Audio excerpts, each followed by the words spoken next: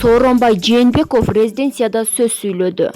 Отставкасын жарыялаган Сооронбай Жээнбеков бүгүн 16 октябрда Аларча мамлекеттик резиденциясында өтүп жаткан парламенттик жыйында сөз сүйлөдү.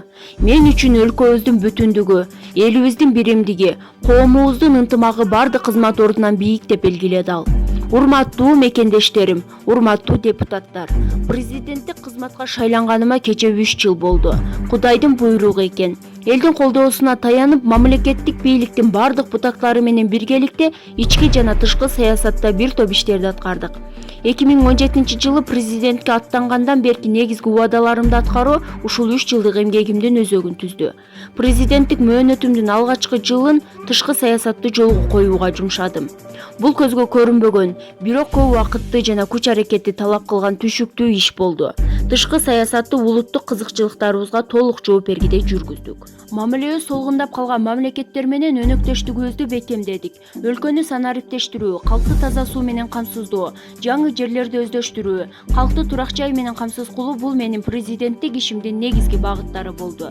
Ички миграцияны токтотуу максатында аймактарды өнүктүрүү саясатына өзгөчө басым жасадым. Бюджеттик жана өлкөнүн финансы институттарынын каражатын элекке бура алдык. Өлкөбүздүн экспорттук потенциалын көтөрүү максатында аймактагы ишкерлер өзгөчө кайра иштетүү тармагы сезилерлик каржылык колдоо алышты. Сот укуктук реформасын ордунан жылдырдык. Коррупцияга каршы күрөш жүрдү. Көп жылдар бою талашка түшүп келген коопсуз шаар долбооруну ордунан жылдырдык. Патрулдук милиция өлкө борборунда ишин баштап, Ош шаарында даярдалууда.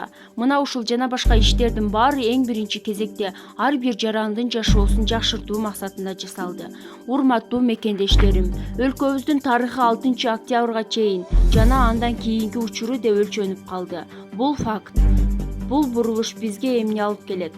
Тарых жана убакыт өз баасын берет. Бул күндөр ар бир кыргызстандык үчүн эң оор күндөр болду.